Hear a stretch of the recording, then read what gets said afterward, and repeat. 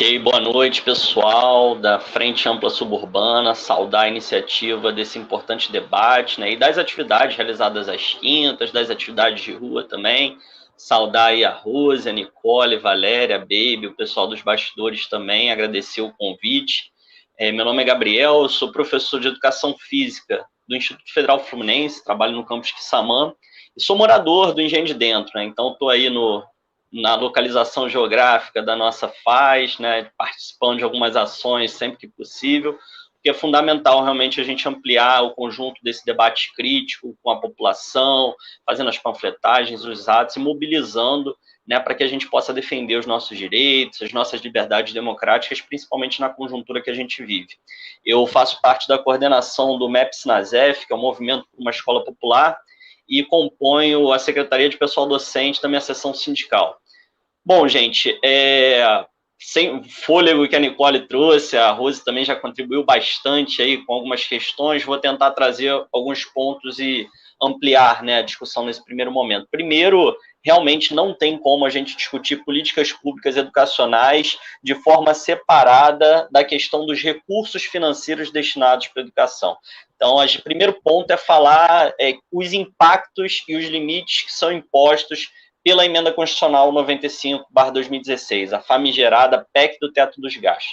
Inclusive, né, em marcos temporais, né, ela é bem próxima, né, da própria reforma do ensino médio. Então, muitas vezes, os gestores eles enxergam a educação como um dos grandes problemas brasileiros, né, e aí, com o amparo de alguns organismos internacionais, colocam o questionamento se a escola é ou não é atrativa.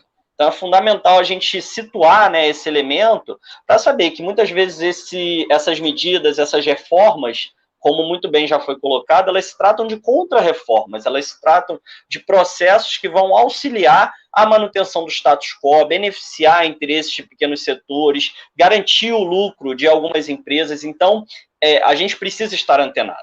Né? E a reforma do ensino médio, né, que ela foi sancionada mais ou menos 5 meses depois, né, da primeira medida provisória, ela foi sancionada no dia 16 de fevereiro de 2017, já sob o governo golpista, né, do Michel Temer. Apesar de que também a gente não tinha tantas perspectivas de uma boa reforma no que tramitava no processo de discussão no governo Dilma. Então, também é preciso demarcar, né, havia também ali a presença forte dos setores privados, dos setores que não reconhecem a necessidade da gente ampliar a qualidade da educação pública.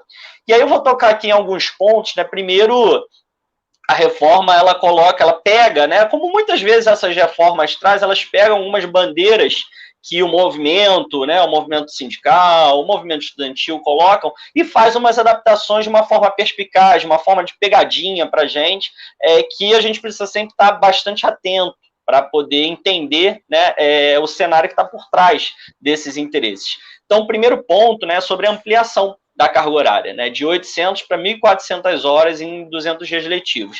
Essa ampliação progressiva, né, que hoje a gente teria aproximadamente 4 horas diárias, passando depois de um determinado tempo para 5 e para 7, como ela vai acontecer diante do cenário da PEC do teto dos gastos, que impossibilita maiores investimentos para o conjunto da educação. Então, de que forma os gestores vislumbrariam essa ampliação da carga horária? E aí a gente pode pensar dois aspectos possíveis nesse cenário. Primeiro, a sobrecarga do trabalho dos educadores e das educadoras, né, que já são aí sobrecarregados com uma série de iniciativas, uma série de medidas que faz com que muita gente adoeça e por aí vai.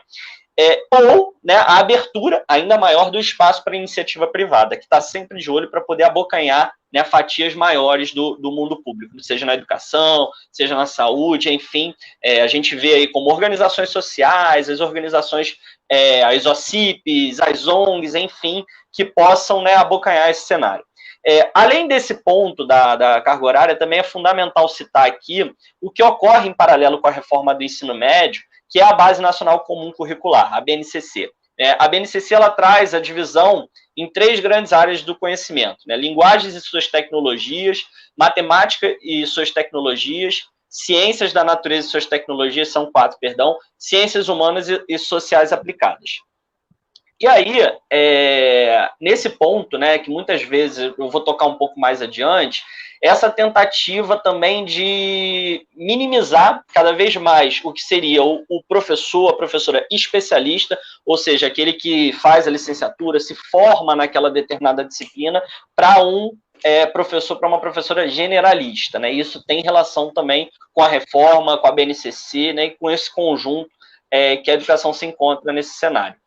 Outra questão que também é particular para a gente citar aqui é como eles substituem o direito à educação por direitos e objetivos de aprendizagem. E isso traz também impactos nas relações pedagógicas. Eles trazem a perspectiva de que, supostamente, vão superar o que é uma fragmentação das disciplinas por uma concepção que seria mais moderna das áreas de conhecimento. Mas, por trás disso, a gente vê que há um processo de precarizar o processo educativo, né? Essa substituição dos especialistas pelos generalistas. E a gente já viu laboratórios. Eu fui um tempo da rede municipal aqui do Rio de Janeiro, né, na época da Cláudia Costin, que é uma gestora que traz a perspectiva do movimento Todos pela Educação, como a Rose trouxe aí, alguns organismos privados que se organizam, né, para incidir sobre a educação pública, quando, tanto na rede municipal quanto na rede estadual, fizeram projetos que um professor ficava responsável por diversas disciplinas para acelerar a promoção daquele corpo estudantil. Bom, para avançar aqui em outros pontos também, primeiro, educação física, arte, sociologia e filosofia, olha a artimanha que é colocada. Eles apresentam como essas disciplinas devem ter obrigatoriamente estudos e práticas, de uma forma assim bem ampla, enquanto língua portuguesa e matemática terão o ensino obrigatório em todos os 3 anos do ensino médio. Então, assim, isso é uma particularidade que a gente precisa ficar atento também, né, que tem relação com os processos de avaliação do PISA, da OCDE, enfim, dos organismos internacionais incidindo sobre a nossa educação. Outro elemento, exclusão da língua francesa e da língua espanhola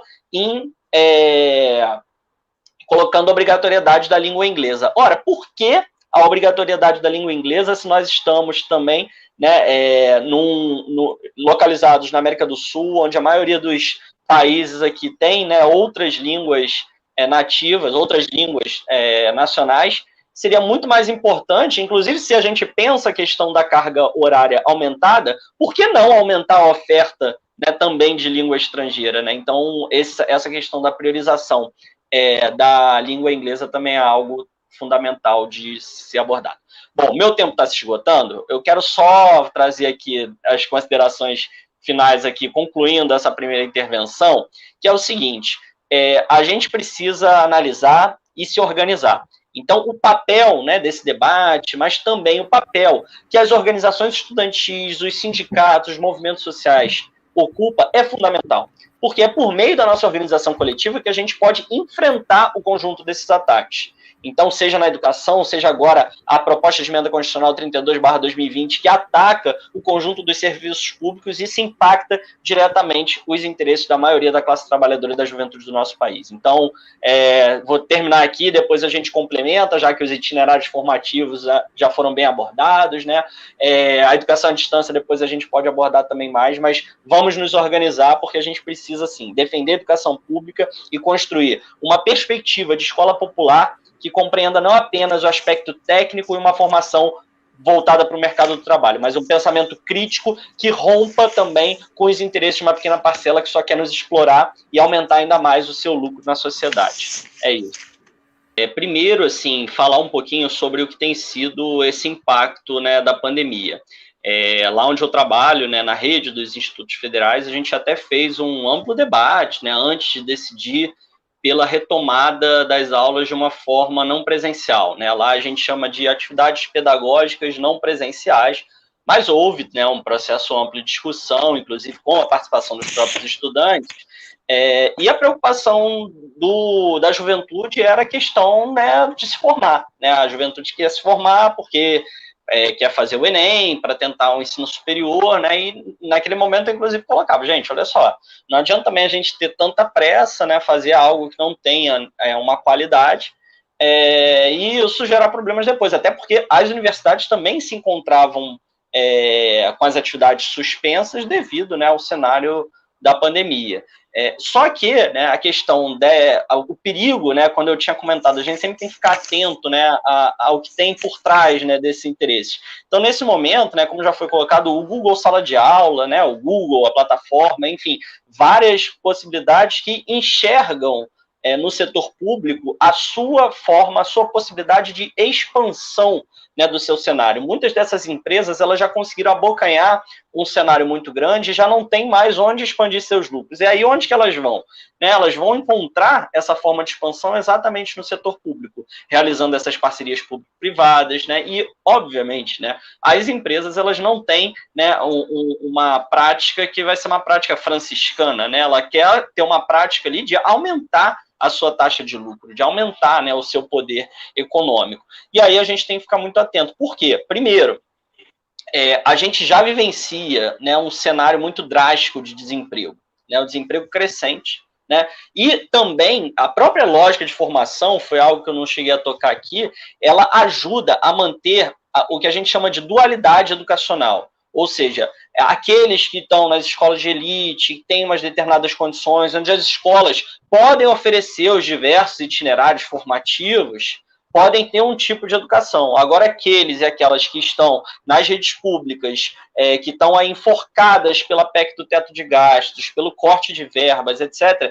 não vão ter essas possibilidades. Então, a gente cria, né? A gente, na verdade, volta, né? Sempre teve, né, o ensino, da lógica do ensino dual no nosso país, mas a gente pode ampliar ainda mais com essa famigerada reforma do ensino médio que está em vigor. Então, é importante a gente se atentar a isso. E nesse cenário de desemprego crescente, algo que também pode impactar é o quê? A substituição também dos professores e professoras. Você tira professores e professoras, diminui a relação pedagógica, que é uma relação humana que existe nas nossas escolas, e passa a adotar o quê? Como algumas instituições de ensino superior já fazem. Um professor, uma professora dando aula de dentro da sua casa, transmitindo essa aula para inúmeros locais, para inúmeras cidades. Né? E esse professor acaba, né, não tem, né, um alto salário, pelo contrário, mas acaba possibilitando que os diversos professores e professoras das localidades sejam demitidos, né? Ou seja, é descartável, né? O trabalhador, a trabalhadora da educação também passa a ficar ainda mais descartável nesse cenário. Então, acho que é importante a gente citar, né, a necessidade, porque a educação ela é um processo que precisa do olho no olho, precisa do contato cotidiano. As culturas escolares, elas sobrevivem a partir dessas interações entre estudantes, trabalhadores, professores, servidores, e as comunidades também que estão ao seu redor. Então, a gente precisa defender, sim, uma educação presencial. A lógica da educação à distância, ela tem que ser, no máximo, para complementar, né, não para substituir o ensino presencial. Então, e sobre as línguas, eu acho que para finalizar, né, essa pergunta que foi feita pela Baby, é isso. A gente precisa possibilitar nas instituições escolares uma formação integral, uma formação mais ampla possível, como a gente chama, né, o conceito de omnilateralidade, ou seja, uma perspectiva da formação do ser humano de uma forma completa. Então, com línguas, com educação física, com pensamento crítico, com os conteúdos, enfim, conseguindo garantir que a gente forme ali seres que vão ter o conteúdo, mas também vão ter uma apreensão crítica deles para poder intervir nesse mundo, e de preferência, como a gente coloca, né, um lado, né, e o nosso lado é o lado da classe trabalhadora. Então, do ponto de vista da perspectiva de que nós somos filhos e filhas de uma classe trabalhadora e que precisa se emancipar. Pode ser. Então, gente, boa noite aí a todos e todas que acompanharam essa atividade. Saudação novamente a Baby, o pessoal da FAS, as colegas que fizeram aqui esse debate comigo. Sem dúvida, a gente precisa se organizar aí para defender uma educação pública, gratuita e de qualidade, voltada para os filhos e filhas da classe trabalhadora. Convido também para conhecerem um pouco do movimento por uma escola popular, o MEP Sinasef, que é onde eu atuo. Fiquem à vontade para mandar mensagem, seguir nas redes sociais. a gente precisa estar sempre se organizando coletivamente para vislumbrar um cenário que seja melhor para a juventude, seja melhor para a classe trabalhadora. Então, nesse cenário também a gente precisa se organizar para construir o poder popular. Então, no sábado, dia 2 de outubro, estaremos lá nas ruas, manifestando aí contra a fome, contra a miséria, em defesa da vacinação, em defesa da superação desse cenário de pandemia e desse caos social que Bolsonaro, Mourão, Guedes e seus aliados aprofundaram na sociedade brasileira. Então, superar aí esse contexto de golpe para que a gente defenda os nossos direitos, as nossas liberdades democráticas. Lutar, criar escola popular, lutar, criar poder popular. Boa noite, companheiros e companheiras.